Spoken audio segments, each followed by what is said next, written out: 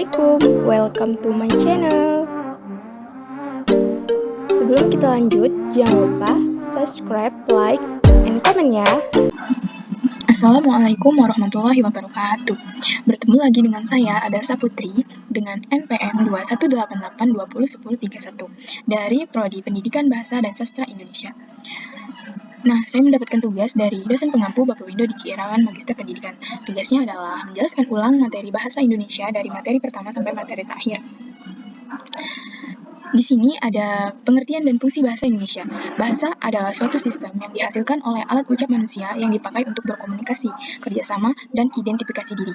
Nah, fungsi dan peranan bahasa Indonesia dalam pergaulan itu ada 4. Yang pertama, sebagai alat untuk berkomunikasi. Mengapa sih bahasa Indonesia itu dipakai untuk berkomunikasi? Jelas, karena bahasa memiliki peranan yang sangat vital dalam kehidupan manusia. Dalam kehidupan sehari-hari, kegunaan bahasa sangat penting untuk berkomunikasi. Contoh, seorang dosen dengan mahasiswanya. Seorang dosen yang menyampaikan materi pasti menggunakan bahasa. Nah, yang kedua ada bahasa sebagai alat untuk mengekspresikan diri. Pada awalnya, bahasa digunakan pada anak hanya untuk mengekspresikan diri atau perasaannya pada sasaran yang tepat, misalnya ayah ibunya. Namun, seiring perkembangan semua itu telah berubah, seiring menjadi dewasanya seseorang, ketika sudah dewasa, maka seseorang akan menggunakan bahasa untuk mengekspresikan dirinya, maupun untuk berkomunikasi dengan sesama. Pada saat menggunakan bahasa sebagai alat untuk mengekspresikan diri, pemakai bahasa tidak perlu mempertimbangkan atau memperhatikan siapa pendengarnya, pembacanya, atau khalayak sasarannya. Contoh, seorang penulis yang mengekspresikan dirinya melalui sebuah tulisan. Yang ketiga, sebagai alat untuk mengadakan integrasi dan beradaptasi sosial. Bahasa pun selain dapat menjadi salah satu kebudayaan, tapi juga kemungkinan manusia untuk mempelajari bahasa asing. Semua akan berusaha mempelajari bahasa asing. Nah, bagaimana cara untuk mempelajari bahasa tersebut? Contoh, bila mana dalam berbahasa Indonesia boleh menegur orang dengan kata kamu atau saudara. Bagi orang asing, pilihan kata itu penting agar ia diterima di lingkungan pergaulan bangsa Indonesia. Jangan sampai ia menggunakan kata kamu untuk menyapa seorang pejabat. Demikian sebaliknya, kita mempelajari bahasa asing. Nah, yang terakhir itu sebagai pemersatu bangsa. Jelas bahasa digunakan sebagai pemersatu bangsa karena kita mempunyai perbedaan suku, ras, golongan, dan agama. Nah, contoh misal suku Jawa dan suku Lampung saling berkomunikasi.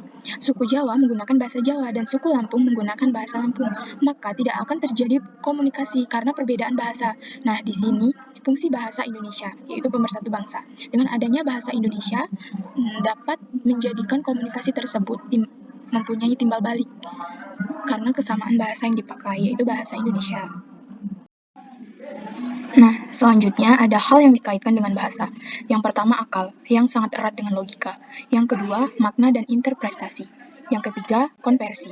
Tanpa konversi, bahasa tidak ada artinya, karena tidak akan dimengerti atau tidak ada kesepakatan dalam bahasa. 4. Dimensi bahasa objektif, untuk mengatasi ruang yang bersikap universal dan ilmiah, yang dapat dimengerti antara partisipan. Yang kelima, intertekstualitas. Teks saling memengaruhi pemahaman. Hal-hal yang berkaitan tentang apa yang disampaikan, misalnya pembuat analogi agar tidak terjadi kesalahpahaman. Nah, selanjutnya ada ragam bahasa.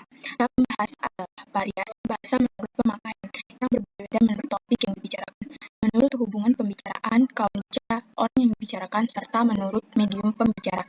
Nah, ragam bahasa ini bermacam-macam.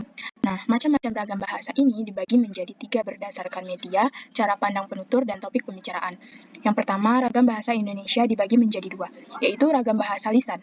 Ragam bahasa lisan adalah ragam bahasa yang diungkapkan melalui media lisan terkait oleh ruang dan waktu, sehingga situasi pengungkapan dapat membantu pemahaman. Nah, ragam bahasa lisan ini memiliki ciri-ciri. Yang pertama, memerlukan orang lain atau teman bicara. Yang kedua, tergantung kondisi, ruang, dan waktu. Yang ketiga, berlangsung cepat. Yang keempat, tidak harus memperhatikan gramatikal, hanya perlu intonasi serta bahasa tubuh. Yang kelima, kesalahan dapat langsung dikoreksi. Contohnya, sudah saya kembalikan novel itu. Nah, yang kedua, itu ragam bahasa tulis. Ragam bahasa tulis adalah bahasa yang dihasilkan dengan memanfaatkan tulisan dengan huruf sebagai unsur dasarnya. Dalam ragam bahasa tulis, kita berurutan dengan tata cara penulisan di samping aspek tata bahasa dan kosakata. Nah, ragam bahasa tulis ini memiliki ciri-ciri. Yang pertama, tidak memerlukan kehadiran orang lain. Kedua, tidak terikat ruang dan waktu. Ketiga, kosakata yang digunakan dipilih secara cermat. Keempat, pembentukan kata dilakukan secara sempurna. Kelima, kalimat dibentuk dengan struktur yang lengkap. Keenam, paragraf dikembangkan secara lengkap dan padu. Ketujuh, berlangsung lambat. Delapan, memerlukan alat bantu. Contoh, saya sudah membaca novel itu. 2. Ragam berdasarkan penutur. Ragam berdasarkan penutur ini dibagi menjadi 3, yaitu ragam bahasa berdasarkan daerah, ragam bahasa berdasarkan pendidikan penutur, ragam bahasa berdasarkan sikap penutur. Nah, yang ketiga, ragam bahasa Indonesia menurut topik pembicaraan.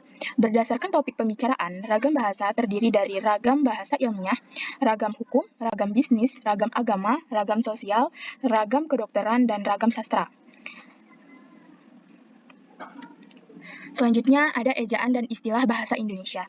Ejaan adalah keseluruhan peraturan penggambaran lambang-lambang bunyi, ujaran suatu bahasa, dan hubungan lambang satu dengan lambang yang lain, baik penggabungan ataupun dalam pemisahnya. Aturan buku penulisan ejaan. Yang pertama, penggunaan huruf kapital. Yang kedua, penggunaan huruf miring. Yang ketiga, penggunaan tanda titik. Yang keempat, penggunaan tanda koma.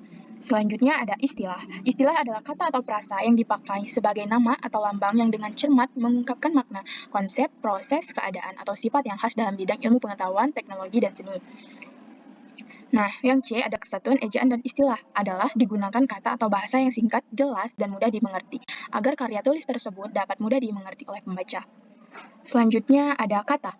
Kata adalah unit bahasa yang mengandung arti dan terdiri dari satu lebih morfem. Fungsi kata. Fungsi kata sebagai penyusun kalimat. Setiap kata mempunyai makna yang berbeda-beda. Makna dari kata tersebut juga bisa berubah sesuai dengan penggunaan dalam kalimat. Yang kedua, klasifikasi macam jenis kata. Berdasarkan kata bahasa baku bahasa Indonesia, kata dapat dibagi menjadi 7 kategori. Yang pertama, kata kerja atau verba. Kata kerja adalah jenis kata yang menyatukan suatu tindakan, pengalaman, keberadaan, atau segala bentuk kegiatan dinamis lainnya. Dalam sebuah kalimat, kata kerja atau verba ini berposisi sebagai predikat. Selanjutnya, kata benda. Kata benda atau yang sering disebut nomina adalah suatu kata yang merujuk kepada segala hal yang dapat dibedakan. Kata benda ini sering digunakan untuk menyebutkan makhluk hidup, benda mati, ataupun tempat. Beberapa contoh kata benda adalah manusia, ilmu, buku, makanan, dan lain-lain. Selanjutnya, kata sifat. Kata sifat atau adjektif adalah kata yang digunakan untuk menyatakan sifat atau keadaan suatu hal, baik itu makhluk hidup, benda, mata, tempat, waktu, atau lainnya. Nah, selanjutnya ada kata keterangan. Kata keterangan, atau yang sering juga disebut dengan adverbia, adalah kata yang memberikan penjelasan keterangan tentang kata lain, kata bilangan, kata kerja, kata sifat dalam sebuah kalimat. Tetapi kata keterangan tidak dapat menerangkan kata benda atau kata ganti benda. Nah, selanjutnya ada kata ganti. Kata ganti atau pronomia adalah jenis kata yang digunakan untuk menggantikan posisi kata benda atau orang dalam sebuah kalimat. Nah, selanjutnya kata bilangan. Kata bilangan atau sering juga disebut dengan numeralia adalah jenis kata yang berfungsi untuk menyatakan jumlah benda atau urutannya dalam sebuah deretan.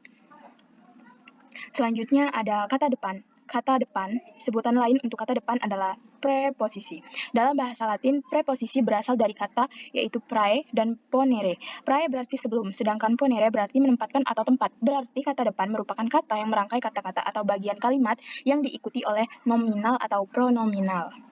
Kata depan adalah kata yang menghubungkan kata benda dengan bagian kalimat kata dengan bagian kalimat. Kata depan umumnya digunakan untuk mengantar sebuah objek penyerta kalimat atau tidak boleh mengutarakan subjek kalimat. Oi. Halo, Mak, negak lagi, Mak. Selanjutnya ada hakikat paragraf.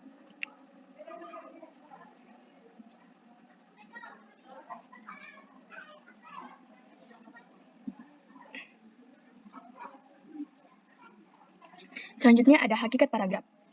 Pengertian paragraf. Paragraf adalah seperangkat atau sekelompok kalimat yang tersusun dari satu kelompok pokok dan beberapa kalimat penjelas. Nah, paragraf ini mempunyai jenis-jenis. Yang pertama, itu paragraf narasi. Paragraf narasi adalah suatu jenis paragraf yang mencerminkan suatu kejadian atau suatu peristiwa berdasarkan urutan waktu. Yang kedua, paragraf deskripsi. Paragraf deskripsi adalah paragraf yang isinya merupakan penggambaran dari suatu keadaan atau peristiwa menggunakan kata-kata sehingga pembaca seolah-olah ikut merasakan, melihat, dan juga mengalami langsung kejadian kejadian atau keadaan tersebut. Yang ketiga itu paragraf eksposisi. Paragraf eksposisi adalah suatu paragraf yang bertujuan untuk memaparkan, menyampaikan informasi, mengajarkan, menjelaskan, dan juga menerangkan suatu topik kepada pembacanya, sehingga memperluas pengetahuan pembaca. Nah, yang keempat, paragraf argumentasi. Paragraf argumentasi adalah suatu jenis paragraf yang mengungkapkan ide, gagasan, ataupun pendapat penulis dengan disertai bukti dan juga fakta. Yang kelima ada paragraf persuasi. Paragraf persuasi adalah suatu bentuk atau jenis karangan yang mempunyai tujuan membujuk pembacanya supaya ingin berbuat sesuatu sesuai dengan keinginan penulisnya. Nah, yang terakhir ada ruang lingkup. Maksud saya, yang selanjutnya ada ruang lingkup karya ilmiah. Pengertian karya ilmiah. Apa sih karya ilmiah? Karya ilmiah adalah suatu karya dalam bidang ilmu pengetahuan dan teknologi yang berbentuk ilmiah. Suatu karya dapat dikatakan ilmiah apabila proses perwujudannya lewat metode ilmiah. Karya ilmiah dapat disebut juga sebagai karangan ilmiah atau laporan ilmiah. Nah,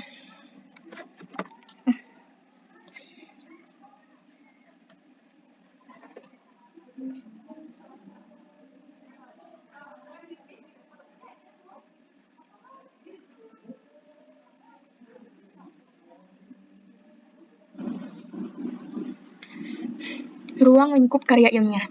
Pengertian karya tulis ilmiah. Selanjutnya ada materi ruang lingkup karya ilmiah.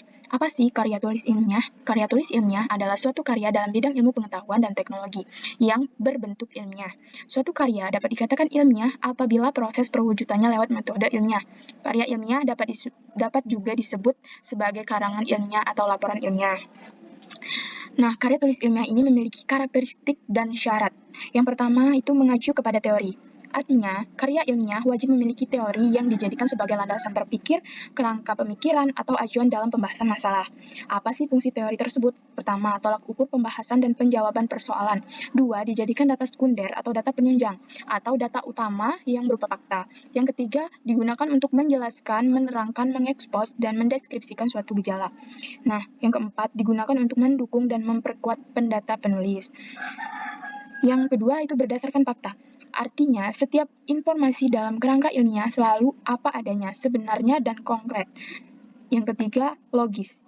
Logis artinya setiap keterangan dalam kerangka ilmiah selalu dapat ditelusuri, diselidiki, dan diusut. Diusut alasan-alasannya rasional dan dapat diterima akal. Oleh sebab itu harus logis. Yang keempat itu objektif. Artinya dalam kerangka ilmiah semua keterangan yang diungkapkan tidak pernah subjektif, senantiasa faktual dan apa adanya, serta tidak diintervensi oleh kepentingan baik pribadi maupun golongan. Yang kelima, sistematis. Baik penulisan atau penyajian maupun pembahasan dalam kerangka ilmiah disajikan secara rutin, teratur, kronologis, sesuai dengan prosedur dan sistem yang berlaku, terurut dan tertib. Selanjutnya ada syahih, artinya baik bentuk maupun isi, kerangka ilmiah sudah sah dan benar menurut aturan ilmiah yang berlaku. Selanjutnya jelas, artinya setiap informasi dalam karangan ilmiah diungkapkan sejernih-jernihnya dan sejelas-jelasnya sehingga tidak menimbulkan pertanyaan dan keraguan dalam benak pembaca. Selanjutnya seksama, baik penyajian maupun pembahasan dalam kerangka ilmiah dilakukan secara cermat, teliti, dan penuh kehati-hatian agar tidak mengandung kesalahan betapapun kecilnya. Selanjutnya, tuntas. Pembahasan dalam kerangka ilmiah harus sampai ke akar-akarnya. Jadi, supaya karangan tuntas, pokok masalah harus dibatasi, tidak boleh terlalu luas. Selanjutnya, bahasanya baku. Jelas, bahasa dalam karya tulis ilmiah itu harus baku. Artinya harus sesuai dengan bahasa yang dijadikan tolak ukur atau standar bagi betul tidaknya penggunaan bahasa. Nah, selanjutnya ada kutipan. Kutipan ini dibagi menjadi dua, ada kutipan langsung dan tidak langsung. Penguntip, apa sih penguntip? Penguntip itu adalah proses peminjaman kalimat atau pendapat seseorang pengarang atau ucapan seseorang yang ahli dalam bidang yang sedang ditulis. Nah, kutipan tadi dibagi menjadi dua, kutipan langsung dan tidak langsung. Nah, yang pertama kutipan langsung. Apa sih kutipan langsung? Kutipan langsung yaitu penulis menulis apa adanya teks yang dikutip dan penulis tidak mengubah kata-kata atau ejaan yang digunakan dalam teks yang dikutip. Tata cara penulisan kutipan langsung ini ada dua. Yang pertama, tata cara penulisan kutipan langsung kurang dari 4 baris. Nah, ciri-cirinya adalah diintegrasikan atau disatukan dalam teks penulis. Jarak antar baris spasi ganda 2 spasi. Kutipan diapit dengan tanda kutip. Akhir kutipan diikuti dengan tanda kurung buka, nama singkat, pengarang, tahun terbit, dan nomor halaman tempat kutipan, diakhiri dengan tanda kurung tutup. Nah, yang B, tata cara penulisan kutipan langsung lebih dari 4 baris. Ciri-cirinya adalah kutipan dipisahkan dari teks dengan jarak 2,5 spasi. Nah, selanjutnya jarak antar baris atau spasi. Kutipan boleh diapit dengan tanda kutip. Akhir kutipan diikuti dengan tanda kurung buka, nama singkat, pengarang, tahun terbit, dan nomor halaman tempat kutipan, dan diakhiri dengan tanda kurung tutup. Selanjutnya, kutipan tidak langsung. Kutipan tidak langsung adalah penulisan menuliskan intisari dari pendapat yang ada di sumber kutipan. Berikut adalah cara penulisan kutipan tidak langsung. Yang A. Gagasan yang dikutip diintegrasikan dengan teks. B. Jarak antar baris 2 spasi. C. Tanda penggunaan tanda kutip tanpa penggunaan tanda kutip. D. Diakhiri dengan tanda kurung buka, nama singkat, tahun terbit, dan nomor halaman. Kemudian diakhiri dengan tanda kurung tutup. Nah, di sini ada contoh kutipan tidak langsung. Di sini ciri-cirinya tidak menggunakan tanda kutip. Di sini tidak ada tanda kutip ya. Nah, diakhiri dengan tanda kurung buka, nama singkat, Baron, tahun terbit 2007, dan dengan nomor halaman 25, kemudian tanda kurung tutup. Ini adalah contoh kutipan tidak langsung.